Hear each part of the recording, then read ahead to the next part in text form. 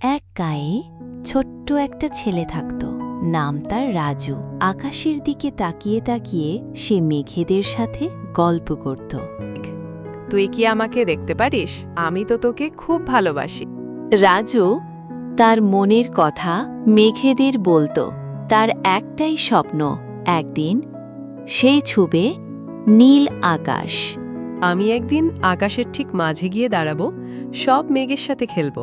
দিন হঠাৎ এক মেঘ নেমে এলো রাজুর কাছে। তার চোখে ছিল কোমলতা, মুখে এক মিষ্টি হাসি। রাজু, আমি তোমার কথা শুনেছি, চলো আমি তোমাকে নীল আকাশে নিয়ে যাব। রাজু তখন মেঘের পিঠে চড়ে উড়ে চলল ওপারে এক স্বপ্নের জগতে। ও মা, আমি সত্যি উড়ছি, আমি আকাশে, আমি উড়ছি।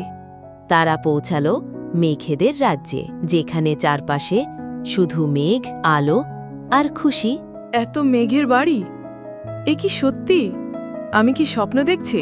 তারা রামধনুর উপর দিয়ে পিছলে চলল রঙিন আনন্দের মাঝে। ওয়াও, দেখো কত রং! রামধনুর ওপর দিয়ে ঘুরছি।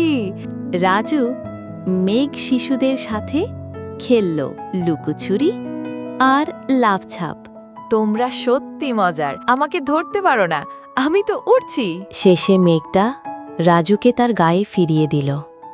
রাজু বুঝে গেল, ভালোবাসা আর বন্ধুত্বই সবচেয়ে বড় স্বপ্ন। ধন্যবাদ বন্ধু মেঘ, আমি কখনো তোমাকে ভুলব না।